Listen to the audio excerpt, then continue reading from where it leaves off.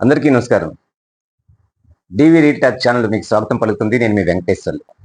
ఒకే మనిషి రెండు వేరు వేరు భావనలు, ఇంకా చెప్పాలంటే రెండు ఒకదానికొకటి వైరుధ్యం ఉన్న భావనలు తన మస్తిష్కంలోంచి వ్యక్తపరుస్తుంటే, కొద్ది రోజుల తేడాతోనే అటువంటి భావనల్ని అతను ఆమోదిస్తుంటే, ప్రతిపాదిస్తుంటే, బలపరుస్తుంటే ఆ వ్యక్తిని ఏమంటాం? శంకర్ గారు ఒక సినిమాలో చూపించారు.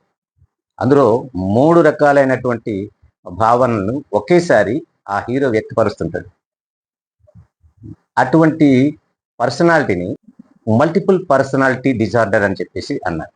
సైకలాజికల్‌గా మల్టిపుల్ పర్సనాలిటీ డిజార్డర్ అన్న కాన్సెప్ట్‌తో 'అపరిచితుడు' అనే సినిమా వచ్చింది. విక్రమ్ హీరోగా శంకర్ గారు బాగా చూపించారు ఇటువంటి మనస్తత్వాన్ని. సబ్జెక్ట్ ఒకటే, కాన్సెప్ట్ భిన్నంగా ఉంటది. ఒక్కదానికొకటి అపోజిట్ కాన్సెప్ట్స్ ఆయన దీంట్లో ఉంటది. చెప్పడం తప్పు కాదు, తప్పు చేసిన వాడిని వదలను అంటాడు.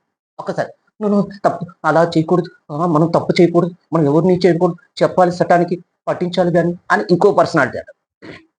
హాయ్ నేను రేమో హాయ్ హాయ్ అనుకోని ఇంకోటి ఒక జాలీగా హ్యాపీగా అమ్మాయిలు వెంట పడుతుంది ఏదో రకంగా, అది మూడోది. ఈ 3 రకాలైనటువంటి పర్సనాలిటీస్ ఒక మస్తిష్కంలోంచి బయటపడుతుంటే అది మల్టిపుల్ పర్సనాలిటీ డిజార్డర్ అంట.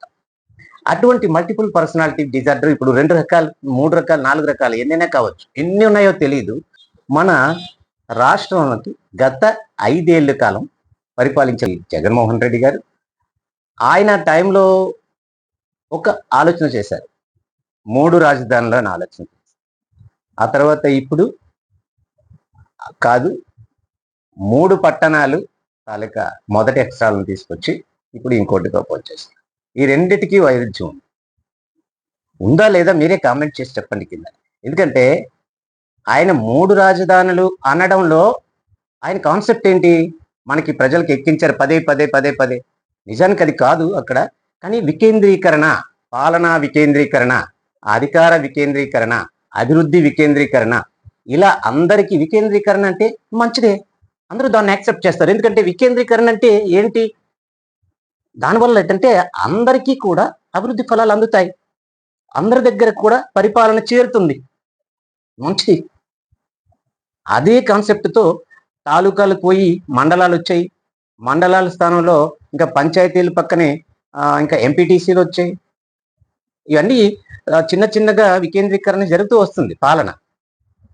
అక్కడెక్కడో సెక్రటేరియట్ ఉంది, మనకు కూడా గ్రామ పంచాయతీలో కూడా సెక్రటేరియట్ ఉంది, అది వికేంద్రీకరణలో భాగం. కానీ అలా కాదు. ఇక్కడ ఏంటి వికేంద్రీకరణ ఎలా జరిగింది? హైకోర్టు తీసుకెళ్లి కర్నూలులో పెడతారు. హైకోర్టు ఒక్కటే, అక్కడ వికేంద్రీకరణ అనరు. సెక్రటేరియట్ తీసుకొచ్చి విశాఖపట్నంలో పెడతామన్నారు. సెక్రటేరియట్ ఒకటే, అది వికేంద్రీకరణ జరగదు. మరి అసెంబ్లీ ఎక్కడ ఉంటుంది? అమరావతిలో ఉంటుంది. అది ఒక్కటే, అది అందుబాటులో.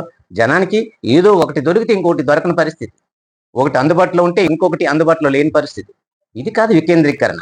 నిజానికి అప్పుడు ప్రొఫెసర్స్, లెక్చరర్స్, మేధావులు, పెద్ద పెద్ద వాళ్ళందరూ కూడా పదే పదే సోది సోది సోది సోది చెప్పి చెప్పి వికేంద్రీకరణ వికేంద్రీకరణ వికేంద్రీకరణ, పాలనా వికేంద్రీకరణ అని చెప్పి చెప్పి జనాల మైండ్లోకి ఎక్కించింది వికేంద్రీకరణ.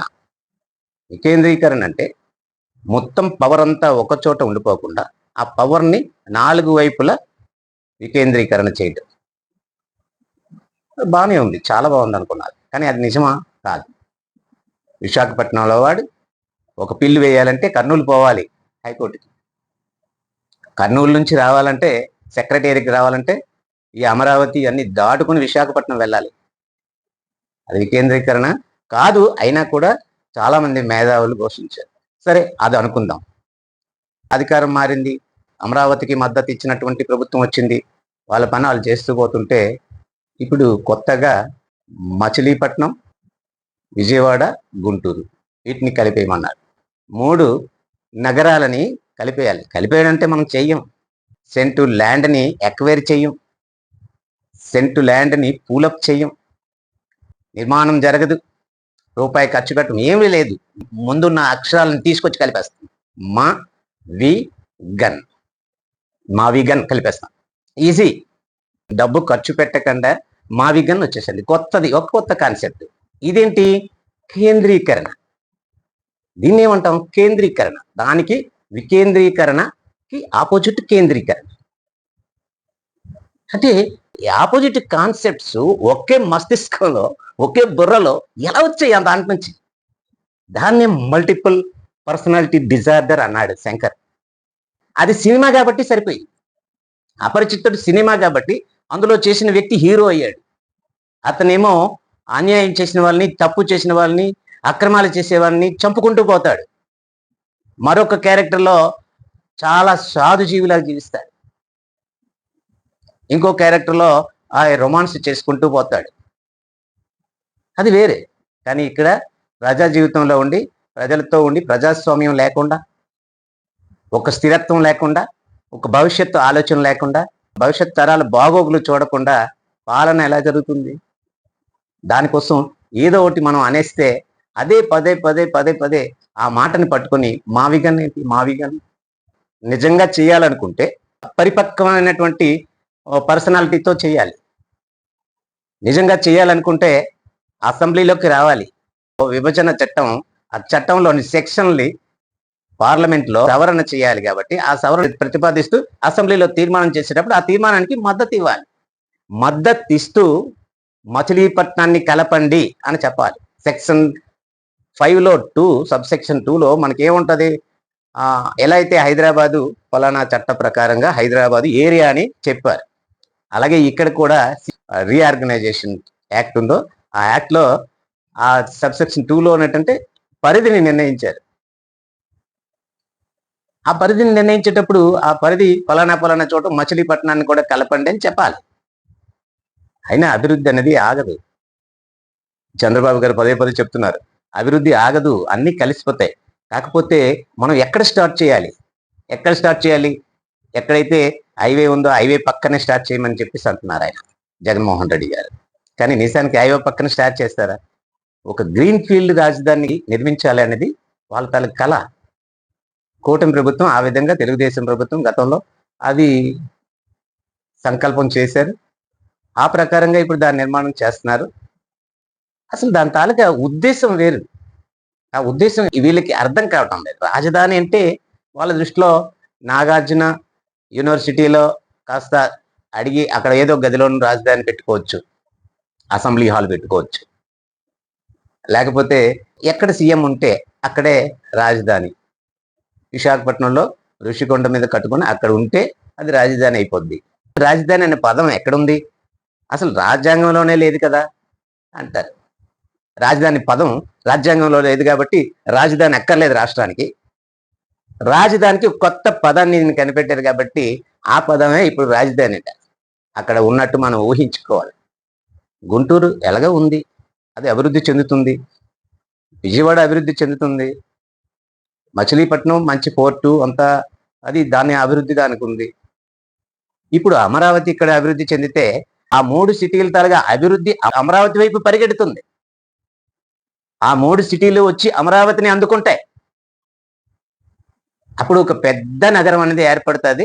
ఇది ఇక్కడ పాలకులు ఆలోచిస్తుంటే మన బుర్రలో మల్టీ పర్సనాలిటీ అన్నది ఎందుకు వస్తుంది అర్థం కావటం లేదు. దీనికి కొంతమంది మేధావులు ఏం చెప్తున్నారంటే, ఆయన అంత ఆసామసి కాదండి, ఊరికే అనలేదు, ఆయనకు ఒక ఆలోచన ఉంది అంటున్నారు. ఏంటి ఆలోచన అంట? జనంలో 80% మంది అలా మాట్లాడితేనే సమర్థిస్తారు అని చెప్పి బీహార్ ఆయన చెప్తే ఆంధ్రప్రదేశ్లో ఆయన నమ్ముతున్నారు. కానీ ఆంధ్రప్రదేశ్లో అది జరగదు. అక్షరాస్యుడు కాకపోయినా అంతర్జాతీయ రాజకీయాలను మాట్లాడతారు ఆంధ్రప్రదేశ్లో. అక్షరాలతో సంబంధం లేదు, చదువుతో సంబంధం లేకుండానే ప్రతి గ్రామంలో కూడా ఒక చావడి లాంటిది ఉంటుంది. అక్కడ కూర్చొని అంతర్జాతీయ రాజకీయాలు కూడా డిస్కస్ చేస్తారు ఆంధ్రప్రదేశ్లో. బీహార్ బాబు వచ్చి సర్వే చేశాడు. ఇక్కడ ఎక్కువ మంది తెలివి తక్కువ వాళ్ళు ఉన్నారు కాబట్టి నువ్వు తెలివి తక్కువగా ప్రవర్తిస్తేనే అందులో దూరిపోతావు, వాళ్ళందరూ నీకు అభిమానిస్తారు, ఓట్లేస్తారని ఆయన చెప్పారు. ఈయన చేస్తున్నాడు అనేసి ఇంకొకటి. కానీ మావిగన్ అన్నది చాలా హాస్యాస్పదంగా ఉంది, ట్రోల్ అవుతుంది. అది చాలా మంది, నేనైతే దాని గురించి చిన్నబుచ్చి మాట్లాడదలుచుకోలేదు, అసలు నాకు ఇది అనిపించట్లేదు. కానీ ఈ గన్ ఏంటి, జగన్లో గన్ ఉంది కాబట్టి మీకు అది నచ్చకపోతే మానేయండి అని చెప్పేసి ఆయన చెప్పడం.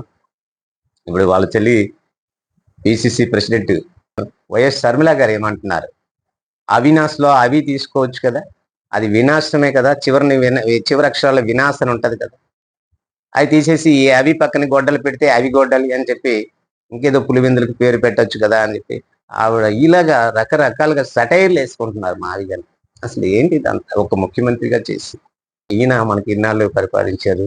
ఇందుక ఇన్ని రోజులు విలేకరులను కూడా అలౌ చేయలేదు, సీడీలను పంపించుకొని సాక్షిలోను వేసుకున్నారు.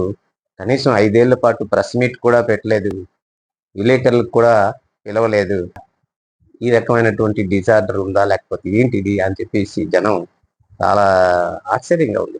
ఎక్కువ మంది తెలివి తక్కువ వాళ్ళే ఉంటారట, అందుకనే ఆంధ్రప్రదేశ్లో ఇలా మాట్లాడితేనే ఎక్కువగా ఓట్లు రాలుతాయి, 2029లో అధికారంకి వస్తామని చెప్పి ఎవరో జ్యోతిష్యం చెప్పినట్టున్నారు. అది కరెక్ట్ కాదు. కరెక్ట్గా మెచ్యూరిటీగా మాట్లాడాలి. రాజకీయాల్లో ఎవరి కాలు ఆత్మహత్యలే కానీ హత్యలు ఉండవు. ఎవరి కాలు ఆత్మహత్య చేసుకుంటున్నారు. ఇది కూడా ఆత్మహత్య సదృశ్యంలాగే కనిపిస్తుంది. ఇది ఈరోజు ఉన్నమాట. వీడియో నచ్చితే లైక్ చేయండి, కామెంట్ చేయండి, మరింత మందికి షేర్ చేసి, అలాగే కింద హైప్ బటన్ ఉంటే హైప్ చేయండి. ఇంకా సబ్స్క్రైబ్ చేసుకోవాల్సిన వాళ్ళు ఎవరంటే సబ్స్క్రైబ్ చేసుకోండి. చివరిదాకా చూసినందుకు ధన్యవాదాలు తెలియజేస్తాను.